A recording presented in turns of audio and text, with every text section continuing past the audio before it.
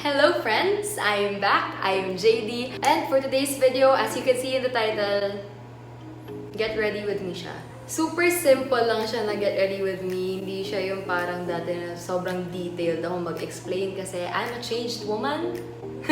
Yeah, hindi na ako masyadong sobrang fond of makeup. As in, basics na lang yung gusto kong gawin. Hindi na ako yung sobrang arte pagdating sa makeup. So yeah, but if you want to know how I did this look,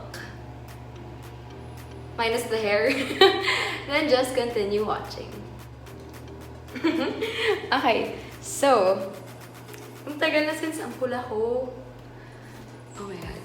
Okay, so ang tagal na since last ako nagawa ng makeup-related na video. Sobrang weird para sa akin na gumawa ulit. Pero, yeah. The first thing I use is this one. It's the Bello Prescriptive Sunscreen Gel. Sunscreen lang. Typical sunscreen. Magpo-focus ba yan? Focus. Sunscreen lang siya. You can use any sunscreen na hiyang kayo. Maganda yung sun block na Quick Effects. Maganda yung brand na yun. Yung nasa sachet, meron din sila yung nasa tube na. So, lagay lang. Ganyan lang. Kakonti. Ito lang talaga yung binigay sa akin ng derma. So, habang pinapatuyo ko yun, ako ay magkikilay. Yung pangkilay ko, holy grail ko to. Ito na lang yung ginagamit kong pangkilay since last year. Kasi ang tagal niyang maubos, ang mura niya, tapos match yung color niya sa hair color ko. So, this is the EB Advanced Brow Define Waterproof Brow Matic Liner. Ito siya. As in, good for 6 months ko to siguro. Nagkikilay ako palagi. Sobrang solid niya. 165 lang yata siya, 150, di ko sure. Pero, solid siya. Tip, ito yung, ewan ko sa akin lang to. Tip lang, hindi lahat ng makeup nyo dapat ginagastasan nyo ng sobra-sobra. Well, for me lang opinion ko lang yun. Pag kunwari, everyday kong ginagamit, naghahanap ako ng cheaper alternative. So, pangkilay and mascara, lipstick, yun. Yun yung parang hindi ko masyado ginagastasan. Yung ginagastasan ko, foundation. Actually, yun lang. Kasi yun yung parang pinakamakikita sa face mo. So, kailangan yung foundation match sa skin type mo. So, mamaya papatasan niyo kung ano yung foundation namin ko. So, yan. Kilay na ako. Pero, gagawin ko off-cam kasi matagal ako magkilay. Ayan na, may kilay na ako. Pero, ang pangit ng kilay ko. Pero, malilate na tayo, kaya let's work with it. Ang susunod natin gagawin ay magpa-prime ng eyes. Eyes? Eyelids. Ayan. Lagay tayo dyan. Dyan. Tapos, blend lang natin. Gamit ang finger.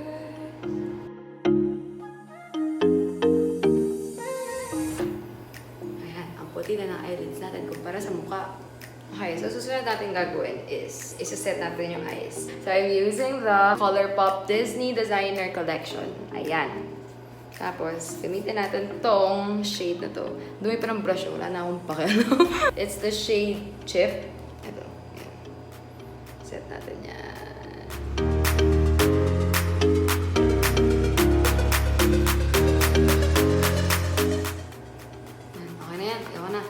So, the next thing we'll do is Tagal transition shade. Nakalimutan ko na lahat ng terms. Okay, so, I'm using the Dream Street palette ng ColourPop ulit. Ang dami kong gagamitin na palette, pero yung lagi ko lang ginagamit per palette, siguro mga 1 to 2 shades lang. Yes. So, I'm using this shade, Shooting Star. I'm mag-focus. Shooting Star.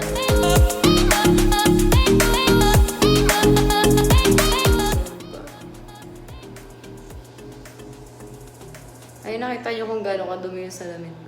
Oopsie. Next natin gagamitin is this one. It's the shade Potion. Tapos, i-focus natin siya sa crease.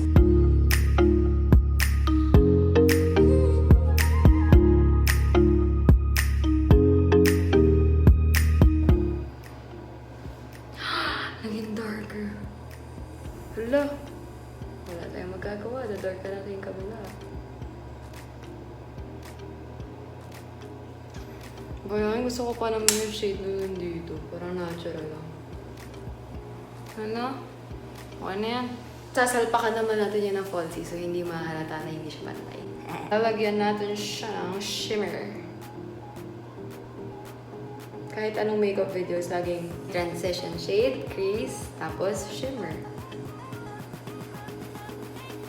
Okay, so hindi pa tayo tapos sa eye makeup, pero tutuloy na tayo sa face. This is the primer I use. The Ordinary. Hala, ayaw. Magana ba yung ganun? Hala! Anyway, so this is the primer I use. As in, ito yung kaisa-isang primer na lang na ginagamit ko. So this is the Ordinary High Adherence Silicone Primer. So, ayan. Nag-apply lang ako ng primer na humula ko agad. Mapahiya lang ako. Humula ko agad. Ma-flatter lang ako. Humula ko agad. Ay, nako.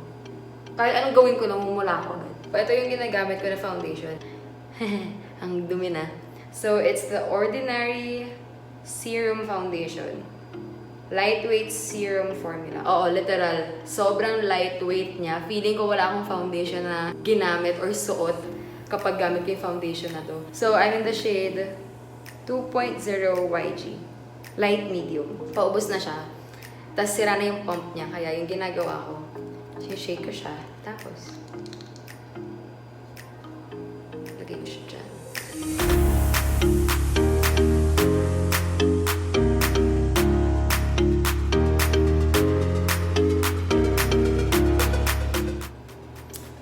Okay, susunod natin, concealer. Para matago yung eye bags na yan, yung aking bagahe na yan, ang laki-laki, ang itim. This is what I use. Ito lang. Parang hindi na rin ako nagbago ng concealer. Palit-palit lang ako sa ColourPop na concealer tsaka sa Maybelline. Pero syempre, dito tayo sa Maybelline kasi mas mura to. This is the Maybelline Fit Me Concealer. Tapos ito rin yung ginamit ko kanina for my eye primer. Eyelid primer. Eye primer. Yeah. This is what I do na. Hindi na ako yung triangle. Lagay lang ako dyan. Highlight the nose. Cupid's bow. Chin. Tapos dito yung between the eyebrows. Ayan. Then, we blend it out. Or pwedeng gato na lang din, di ba? Cute naman eh.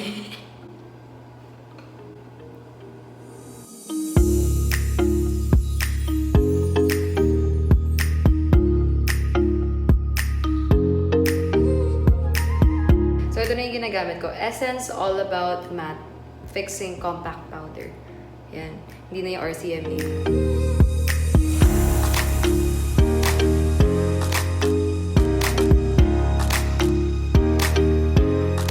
Next thing we do is to contour. Kasi kailangan natin paliitin ang aking malaking mukha. Ito pa rin yung ginagamit ko. Hindi ko alam kung expired na to. Grabe. Hindi pa rin siya uso. Sana hindi pa rin ba. Ang saya. Ang saya mo. Ako dito. Makakumpaya.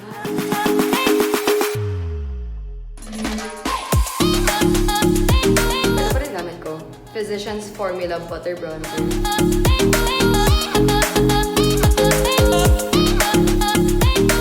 For blush, this is the blush I use. It's the H&M Pure Radiance Powder Blusher in Cameo Pink.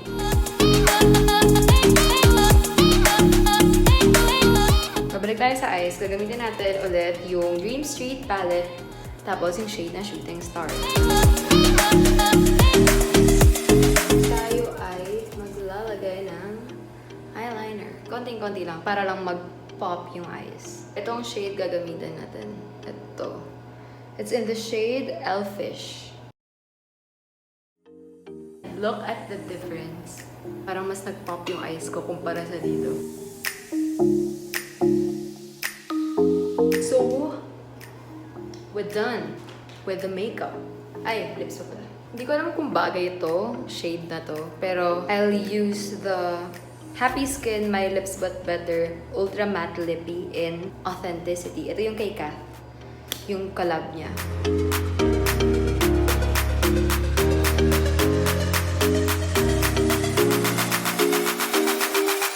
Sobrang bano kung maglagay ng falsies. So, bahala na. parang wrong choice para sa akin na mag-falsies. Kasi, tumapang yung eyes ko. Next time I see you. Well, hindi pa ito yung final look ko. Ito na yung final makeup look ko. Pero yung hair ko, aayusin ko pa, kukulutin ko pa, tapos papalit pa akong damit. So ito na, papakita ko sa inyo yung aking final look. In 3, 2, 1. Haha! Wow! Ewan mo, grabe at tapang ng eyes ko dahil sa falsies. Pero yes, this is the final look. Mukha akong magpa-commercial ng shampoo. Tapos yung damit ko, na-realize ko, mukha akong magtatrabaho sa Sunny's. Sunny's Spec, Sunny's Studios. So, it girls hire me. Charot. So, yes, that's it for today. Thank you so much for watching. And if you're new to my channel, please don't forget to subscribe and give this video a thumbs up. And if you already did, thank you so much. And I will see you in my next video. Bye!